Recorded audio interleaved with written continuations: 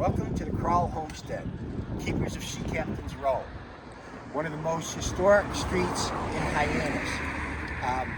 This is a sea captain who sailed the 7 seas in a 50-year career out of Hyannis. This is the house he built. This is the story of Hyannis from the founding, which is the father to the father of Hyannis. The founder was Nicholas Davis, who in 1666 came here and was given land by Llano, the Native American Indian Hyannis gets its name. He started the first settlement here. He built an oyster farm. He was persecuted because he was a Quaker, and under his persecution he was given the land here and started the first settlement. The woman who came to help him while he was in jail in Boston, where he was a whaler, was doing business there, was Mary Dyer. Mary Dyer now stands. She was a statue of her is in the State House in Boston. She came to give him food and water. She was also banished under penalty of death. She violated her banishment and was hung in the Common. And again, the founder, Nicholas Davis, came here. So this was a gateway of religious freedom to start, a gateway of the indigenous. To the father of Hyannis, who built the corner block, the cash block. At 16, he broke the barricade with the British and brought food to Hyannis. Ironically, that food also went to Boston. This was in the War of 1812. But Captain Crowell went to sea at 10 years old in the early 1800s, and his career, he started sailing at 19, and he was a shipmaster. And this is the home he built.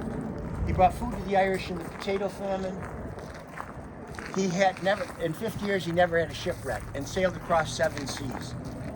And here is his barn and stable.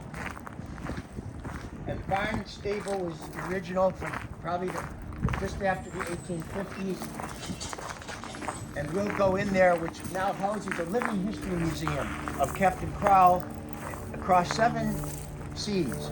And we're including 7 continents because I've spent 50 years going across 7 continents doing photography of peoples and cultures across around the world, starting in Whitby, England.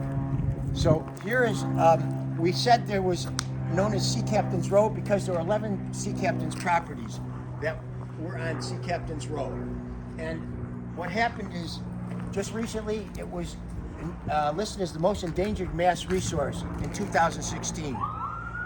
And unfortunately, the historic was waived, and a development came, and they demolished 5 of the sea captain's homes, and what they've installed was a housing development.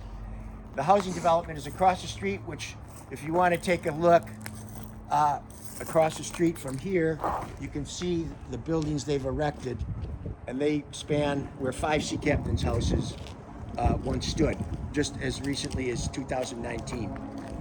What here is some of the Greek Revival. They were all Greek. Many were Greek Revival across the street, belonging to ship captains and their properties. And these are some of the remains which were going to be destroyed. These are the pillars from some of the porches. This is a little courtyard of history. And as I said, we're trying to be keepers of Sea Captain's Row, telling the story. These are some of the original homes. There's the cash block that was built by the founder, Alexander Baxter. And we have, this is the oldest house in Hyannis on its original foundation. It's next door, belonged to a sea captain, Captain Allen Hallett. Women who went to sea, Captain Baxter, his daughter, sailed around the world to China and Japan with Captain Crowell. The stories can all be found on Sea Captain's Row. We have a Sea Captain's Row brochure telling the history of Hyannis, telling the history of many of the ship captains. You can find that at seacaptainsrow.org. But right here we have some of the examples of what was inside of some of these properties. These are timbers that came from one of the buildings that was being restored. You can see in the early days they built these homes out of ship timbers. This is a doorway, a marine doorway, very kind of representative of that era of maritime life. That belonged to Captain John Norris, who built this house, which was next door. And you might be able to see the door right here. Actually,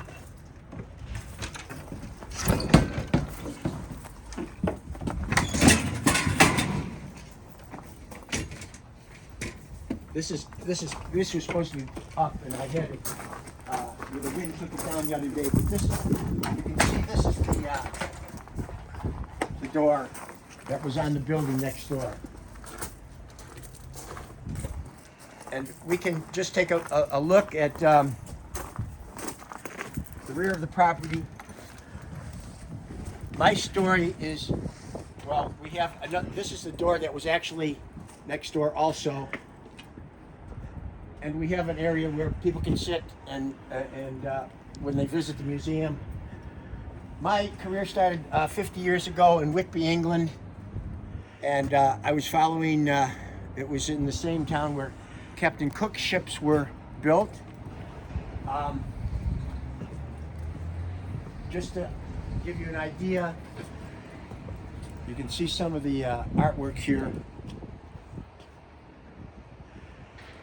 These are portraits that I've taken with a wooden camera that I was given in Whitby, England. These are just some of the portraits. My journey started in Whitby, and it follows Captain Cook's journey to all 7 continents, because Captain Cook's ships were also built in Whitby. So I take a camera that was by a famous Victorian photographer and use that for my photography across seven continents. So this is living history across 7 seas and 7 continents. We'll go in the museum now.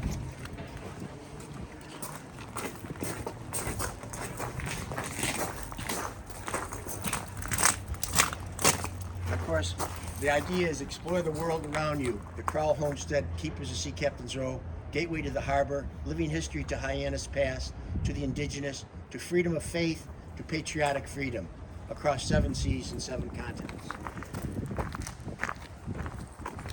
Now this is the original horse stable, barn stable. It's a carriage house.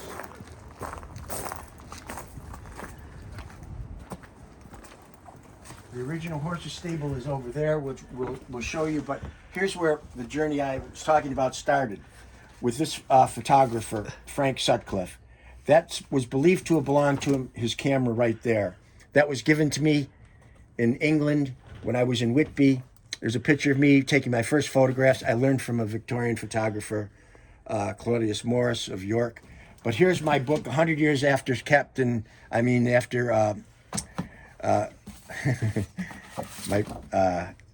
Sutcliffe.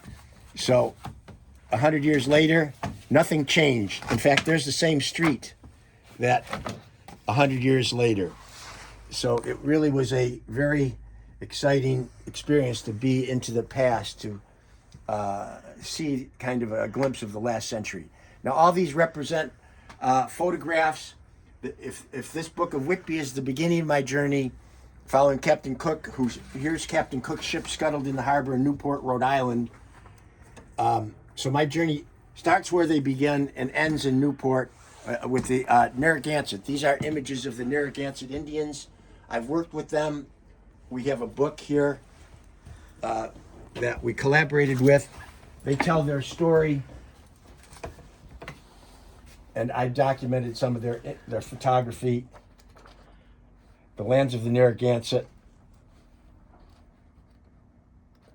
And so that's the end of the journey. And I have done South America. You see there's an image of natural ochres, a carving from the Amazon. I did a people in one of my books. We tell about the Mexicali people. There are only 350 survivors. They were the first to be colonized by the Portuguese. So these are images along the journey. It's a living history, again, that is maritime, because this was the barn and stable of Captain Crowell. And now against this barn board are these images from the different locations I've been to, and my mission is still underway to document the 7 continents. And this is the original horses stable. And in the corner, you'll see there's the original horses trough. You can see this is the original barn barn Dutch door. And of course, there's a lot of maritime things as well as images. This is a collection of images here, taken from different locales. This was on the cover of Native Americans magazine, one of the Wampanoag Indians. So all this is original. This just an example from the Trail of Tears, these arrowheads, when they marched the native peoples across to Oklahoma from the southeast and east. So we welcome you to visit. Again, we're located, if you want to have a kind of a living history, go to seacaptainsrow.org and everything you could find there. And it includes reference to the PAX Corps, which was an organization of travel that, as a school teacher, I was taking my students abroad to different continents when I was teaching. So I thank you. I welcome you to visit as an invitation to explore the world around you when you're in Hyannis.